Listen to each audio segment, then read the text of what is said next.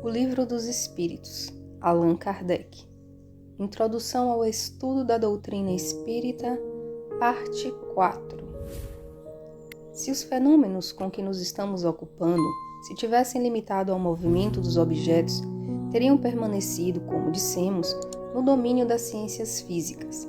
Mas não foi isso que aconteceu. Cabia-lhes colocar-nos na pista de fatos de ordem singular. Acreditaram haver descoberto, não sabemos pela iniciativa de quem, que a impulsão dada aos objetos não era somente o produto de uma força mecânica cega, mas que havia nesse movimento a intervenção de uma causa inteligente. Uma vez aberto, esse caminho era um campo inteiramente novo de observações. Era o véu que se levantava de sobre muitos mistérios. Haverá, com efeito, uma potência inteligente? Tal a questão. Se essa potência existe, qual é ela? Qual a sua natureza, a sua origem? Está acima da humanidade?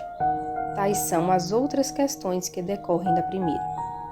As primeiras manifestações inteligentes se produziam por meio de mesas que se levantavam e com um dos pés davam determinado número de pancadas, respondendo, deste modo, sim ou não, conforme fora convencionado a uma questão proposta. Até aí, nada de seguramente convincente para os céticos, porque podia acreditar-se num efeito do acaso.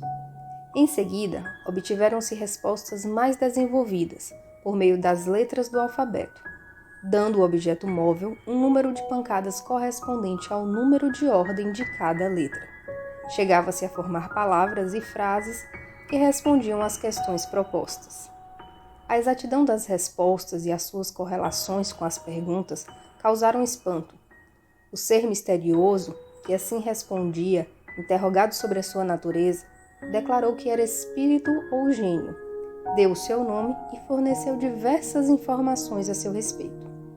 Esta é uma circunstância muito importante a notar. Ninguém havia pensado nos espíritos como meio de explicar o fenômeno. Foi o próprio fenômeno que revelou a palavra. Em ciências exatas, muitas vezes se formulam hipóteses para ter-se uma base de raciocínio. Ora, não é aqui o caso. Tal meio de correspondência era demorado e incômodo. O espírito, e isto é ainda uma circunstância digna de nota, indicou outro. Foi um desses invisíveis que aconselhou a adaptação de um lápis a uma cesta ou a outro objeto.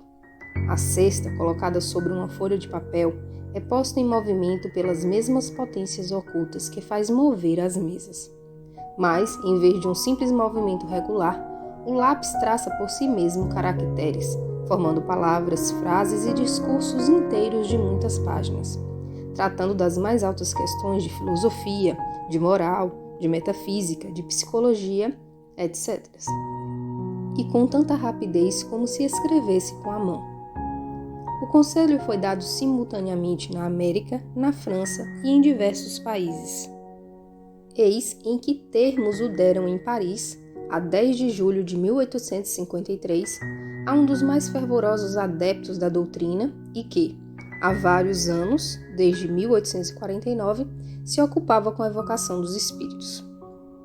Vai buscar no quarto ao lado a cestinha, prende nela um lápis, coloca-a sobre o papel e põe os teus dedos sobre a borda. Alguns instantes após, a cesta se pôs em movimento e o lápis escreveu, de modo bem legível, esta frase: O que vos digo aqui, eu vos proíbo expressamente de dizer a alguém. Da próxima vez que escrever, escreverei melhor.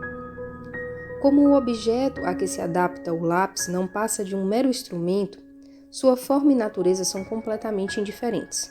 Procurou-se a disposição mais cômoda, e foi assim que muitas pessoas passaram a usar uma prancheta.